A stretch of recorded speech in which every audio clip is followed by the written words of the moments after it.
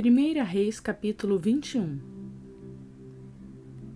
Algum tempo depois, houve um incidente envolvendo uma vinha que pertencia a Nabote de Jezreel. A vinha ficava em Jezreel, ao lado do palácio de Acabe, rei de Samaria. Acabe tinha dito a Nabote: "Dê-me a sua vinha para eu usar como horta, já que fica ao lado do meu palácio. Em troca, eu darei a você uma vinha melhor. Ou, se preferir, eu pagarei seja qual for o seu valor." Nabote, contudo, respondeu: "O Senhor me livre de dar a ti a herança dos meus pais." Então Acabe foi para casa aborrecido e indignado porque Nabote de Jezreel lhe dissera: "Não te darei a herança dos meus pais." Deitou-se na cama, virou o rosto para a parede e recusou-se a comer. Jezabel, sua mulher, entrou e lhe perguntou: "Por que você está tão aborrecido? Por que não come?" Ele respondeu-lhe: "Porque eu disse a Nabote de Jezreel: Venda-me a sua vinha, ou, se preferir, eu darei a você outra vinha no lugar dessa." Mas ele disse: "Não te darei minha vinha." Disse-lhe Jezabel, sua mulher: "É assim que você age como rei de Israel? Levante-se e coma, anime-se. Conseguirei para você a vinha de Nabote de Jezreel." Então ela escreveu cartas em nome de Acabe, pôs nelas o selo do rei e as enviou às autoridades e aos nobres da cidade de Nabote. Naquelas cartas ela escreveu: "Decretem um dia de jejum e ponham Nabote sentado num lugar de destaque entre o povo. E mandem 2 homens vadios sentar-se em frente dele e façam com que testemunhem que ele amaldiçoou tanto a Deus quanto ao rei. Levem-no para fora e apedrejem-no até a morte." As autoridades e os nobres da cidade de Nabote fizeram conforme Jezabel os orientara nas cartas que lhes tinha escrito. Decretaram jejum e fizeram Nabote sentar-se num lugar destacado no meio do povo. Então 2 homens vadios vieram e se sentaram em frente dele e o acusaram diante do povo, dizendo: "Nabote amaldiçoou tanto a Deus quanto ao rei." Por isso o levaram para fora da cidade e o apedrejaram até a morte. Então mandaram informar a Jezabel: "Nabote foi apedrejado e está morto." Assim que Jezabel soube que Nabote tinha sido apedrejado até a morte, disse a Acabe: "Levante-se, tome posse da vinha que Nabote de Jezreel recusou-se a vender-lhe. Ele não está mais vivo, está morto." Quando Acabe ouviu que Nabote estava morto, levantou-se e foi tomar posse da vinha. Então a palavra do Senhor veio ao tesbita Elias: "Vai encontrar-se com Acabe, o rei de Israel, que reina em Samaria. Agora ele está na vinha de Nabote para tomar posse dela. Diga-lhe que assim diz o Senhor: Você assassinou um homem e ainda se apossou de sua propriedade?" E acrescente: "Assim diz o Senhor: No local onde os cães lamberam o sangue de Nabote, lamberão também o seu sangue." Isso mesmo, o seu sangue. Acabe disse a Elias: "Então você me encontrou, meu inimigo?" "Eu o encontrei," ele respondeu, "porque você se vendeu para fazer o que o Senhor reprova." E ele diz: "Vou trazer desgraça sobre você. Devorarei os seus descendentes e eliminarei da sua família todos os do sexo masculino em Israel, sejam escravos, sejam livres. Farei à sua família o que fiz a de Jeroboão, filho de Nebate, e a de Baasa, filho de Aías, pois você provocou a minha ira e fez Israel pecar." E acerca de Jezabel, o Senhor diz: "Os cães devorarão Jezabel junto ao muro de Jezreel. Os cães comerão os que pertencem a Acabe e os que morrerem na cidade, e as aves do céu se alimentarão dos que morrerem no campo." Nunca existiu ninguém como Acabe que, pressionado por sua mulher, Jezabel, vendeu-se para fazer o que o Senhor reprova. Ele se comportou da maneira mais detestável possível, indo atrás de ídolos, como faziam os amorreus que o Senhor tinha expulsado de diante de Israel. Quando Acabe ouviu essas palavras, rasgou as suas vestes, vestiu-se de pano de saco e jejuou. Passou a dormir sobre panos de saco e agia como mansidão. Então a palavra do Senhor veio ao tesbita Elias. Você notou como Acabe se humilhou diante de mim? Visto que se humilhou, não trarei essa desgraça durante o seu reinado, mas durante o reinado de seu filho.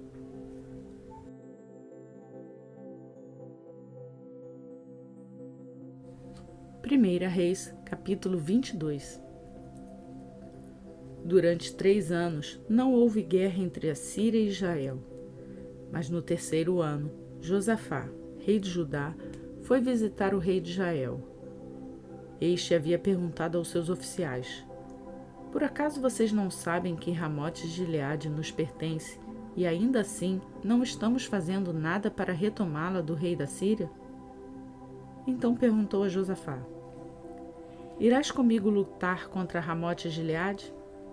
Josafá respondeu ao rei de Israel: sou como tu e meu povo é como teu povo, e os meus cavalos são como se fossem teus. Mas acrescentou: peço-te que busques primeiro o conselho do Senhor. Então o rei de Israel reuniu 400 profetas e lhe perguntou: devo ir à guerra contra Ramote de Gileade ou não? Eles responderam: sim, pois o Senhor a entregará nas mãos do rei. Josafá, porém, perguntou: não existe aqui mais nenhum profeta do Senhor a quem possamos consultar? O rei de Israel respondeu a Josafá: ainda há um homem por meio de quem podemos consultar o Senhor, mas eu o odeio, porque nunca profetiza coisas boas a meu respeito, mas sempre coisas ruins. É Micaías, filho de Imlá. O rei não deveria dizer isso, Josafá respondeu. Então o rei de Israel chamou um dos seus oficiais e disse: tragam Micaías, filho de Imlá, imediatamente. Usando vestes reais, o rei de Israel e Josafá, rei de Judá, estavam sentados em seus tronos na eira, junto à porta de Samaria, e todos os profetas estavam profetizando em transe diante deles. E Zedequias, filho de Kenaaná, tinha feito chifres de ferro e declarou: assim diz o Senhor, com estes chifres tu ferirás os amareus até que sejam destruídos. Todos os outros profetas estavam profetizando a mesma coisa, dizendo: ataca Ramote de Gileade e serás vitorioso, pois o Senhor a entregará nas mãos do rei. O mensageiro que tinha ido chamar Micaías lhe disse: veja, todos os outros profetas estão predizendo que o rei terá sucesso. Sua palavra também deve ser favorável. Micaías, porém, disse: juro pelo nome do Senhor que direi o que o Senhor mandar. Quando ele chegou, o rei lhe perguntou: Micaías, devemos ir à guerra contra Ramote de Gileade ou não? Ele respondeu: ataca e serás vitorioso, pois o Senhor a entregará nas mãos do rei. O rei lhe disse: quantas vezes devo fazer você jurar que irá me dizer somente a verdade em nome do Senhor? Então Micaías respondeu: vi todo Israel espalhado pelas colinas como ovelhas sem pastor, e ouvi o Senhor dizer: estes não têm dono, cada um volte para casa em paz. O rei de Israel disse a Josafá: não disse que ele nunca profetiza nada de bom a meu respeito, mas apenas coisas ruins? Micaías prosseguiu: ouça a palavra do Senhor. Vi o Senhor assentado em seu trono, com todo o exército dos céus ao seu redor, à sua direita e à sua esquerda. E o Senhor me disse: quem enganará Acabe para que ataque Ramote de Gileade e morra lá? E um sugeria uma coisa, outro sugeria outra. Até que finalmente um espírito apresentou-se diante do Senhor e disse: eu o enganarei. De que maneira? Perguntou o Senhor. Ele respondeu: irei e serei um espírito mentiroso na boca de todos os profetas do rei. Disse o Senhor: você conseguirá enganá-lo? Vá e engane-o. e o Senhor pôs um espírito mentiroso na boca desses seus profetas. O Senhor decretou a sua desgraça. Então Zedequias, filho de Kenaaná, aproximou-se, deu um tapa no rosto de Micaías e perguntou: Por qual caminho foi o espírito da parte do Senhor quando saiu de mim para falar a você? Micaías respondeu: Você descobrirá no dia em que estiver se escondendo de quarto em quarto. O rei então ordenou: Enviem Micaías de volta a Amon, o governador da cidade, e a Joás, filho do rei, e digam: Assim diz o rei: Ponham esse homem na prisão a pão e água até que eu volte em segurança. Micaías declarou: Se você de fato voltar em segurança, o Senhor não falou por meu intermédio. E acrescentou: Ouçam o que estou dizendo, todos vocês. Então o rei de Israel e Josafá, rei de Judá, foram atacar Ramote de Gileade. E o rei de Israel disse a Josafá: Entrarei disfarçado em combate, mas tu usa as tuas vestes reais. O rei de Israel disfarçou-se e ambos foram para o combate. O rei da Síria havia ordenado aos seus 32 chefes de carros de guerra: Não lutem contra ninguém, seja soldado, seja oficial, senão contra o rei de Israel. Quando os chefes dos carros viram Josafá, pensaram: É o rei de Israel, e o cercaram para atacá-lo. Mas Josafá gritou, e quando os comandantes dos carros viram que não era o rei de Israel, deixaram de persegui-lo. De repente, um soldado disparou seu arco ao acaso e atingiu o rei de Israel entre os encaixes da sua armadura. Então o rei disse ao condutor do seu carro: Tirem-me do combate, fui ferido. A batalha foi violenta durante todo o dia, e assim o rei teve que enfrentar os arameus em pé no seu carro. O sangue do seu ferimento ficou escorrendo até o piso do carro de guerra, e ao cair da tarde, ele morreu. Quando o sol estava se pondo, propagou-se um grito por todo o exército: Cada homem para sua cidade, cada um para sua terra. Assim, o rei morreu e foi levado para Samaria, e ali o sepultaram. Lavaram seu carro de guerra num açude em Samaria, onde as prostitutas se banhavam, e os cães lamberam seu sangue, conforme a palavra do Senhor havia declarado. Os demais acontecimentos do reinado de Acabe e tudo o que fez, o palácio que construiu com revestimento de marfim e as cidades que fortificou, tudo está escrito nos registros históricos dos reis de Israel. Acabe descansou com seus antepassados e seu filho Acasias foi o seu sucessor. Josafá, filho de Asa, tornou-se rei de Judá no 4º ano do reinado de Acabe, rei de Israel. Josafá tinha 35 anos de idade quando se tornou rei e reinou 25 anos em Jerusalém. O nome de sua mãe era Zuba, filha de Zile. Em tudo andou nos caminhos de seu pai, Asa, e não se desviou deles. Fez o que o Senhor aprova. Contudo, não acabou com os altares idólatras nos quais o povo continuou a oferecer sacrifícios e a queimar incenso. Josafá teve paz com o rei de Israel. Os demais acontecimentos do reinado de Josafá, suas realizações e suas façanhas militares, tudo está escrito nos registros históricos dos reis de Judá. Ele livrou o país dos prostitutos cultuais que restaram depois do reinado de seu pai Asa. Ora, na época não havia rei em Edom, mas sim um governador nomeado. Josafá construiu uma frota de navios mercantes para buscar ouro em Ofir, mas nunca o trouxeram, pois eles naufragaram em Ezion-Geber. Naquela ocasião, Acasias, filho de Acabe, disse a Josafá: Os meus marinheiros poderão navegar com os teus. Mas Josafá recusou. Josafá descansou com seus antepassados e foi sepultado junto deles na cidade de Davi, seu predecessor. E seu filho Jeorão foi o seu sucessor. Acasias, filho de Acabe, tornou-se rei de Israel em Samaria no 17º ano do reinado de Josafá, rei de Judá, e reinou 2 anos sobre Israel. Fez o que o Senhor reprova, pois andou nos caminhos de seu pai e de sua mãe, e nos caminhos de Jeroboão, filho de Nebate, que fez Israel pecar. Prestou culto a Baal e o adorou, provocando assim a ira do Senhor, o Deus de Israel, como seu pai tinha feito.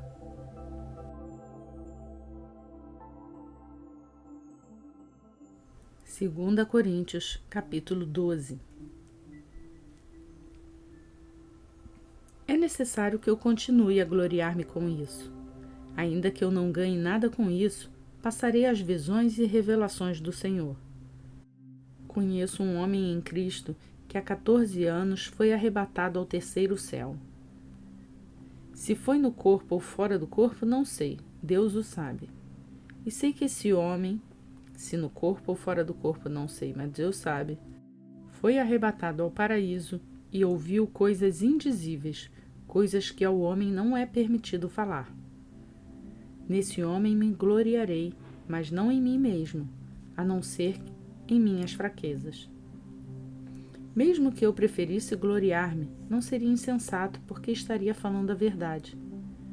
Evito fazer isso para que ninguém pense a meu respeito mais do que em mim vê ou em mim ouve.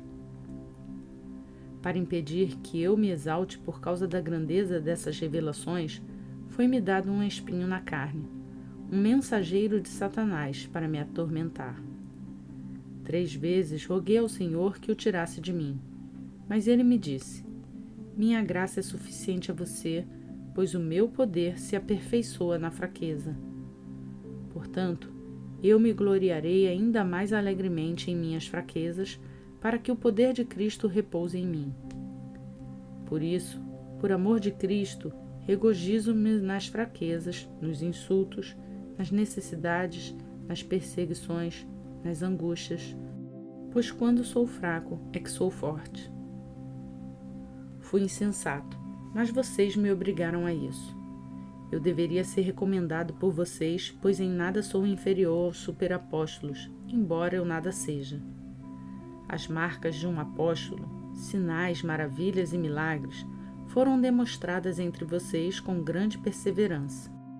Em que vocês foram inferiores às outras igrejas, exceto no fato de eu nunca ter sido um peso para vocês. Perdoem-me essa ofensa. Agora estou pronto para visitá-los pela 3ª vez e não serei um peso, porque o que desejo não são os seus bens, mas vocês mesmos. Além disso, os filhos não devem ajuntar riquezas para os pais, mas os pais para os filhos. Assim, de boa vontade, por amor de vocês, gastarei tudo o que tenho e também me desgastarei pessoalmente. Visto que os amo tanto, devo ser menos amado? Seja como for, não tenho sido um peso para vocês. No entanto, como sou astuto, eu os prendi com astúcia. Porventura, eu os explorei por meio de alguém que enviei a vocês? Recomendei a Tito que os visitasse acompanhado de outro irmão. Por acaso Tito os explorou? Não agimos nós no mesmo espírito e não seguimos os mesmos passos? Vocês pensam que durante todo esse tempo estamos nos defendendo perante vocês? Falamos diante de Deus como alguém que está em Cristo, e tudo o que fazemos, amados irmãos, é para fortalecê-los. Pois temo que ao visitá-los, não os encontre como eu esperava, que vocês não me encontrem como esperavam. Temo que haja entre vocês brigas, invejas, manifestações de ira, divisões, calúnias, intrigas, arrogância e desordem. Receio que ao visitá-los outra vez, o meu Deus me humilhe diante de vocês, e eu lamente por causa de muitos que pecaram anteriormente e não se arrependam da impureza, da imoralidade sexual e da libertinagem que praticaram.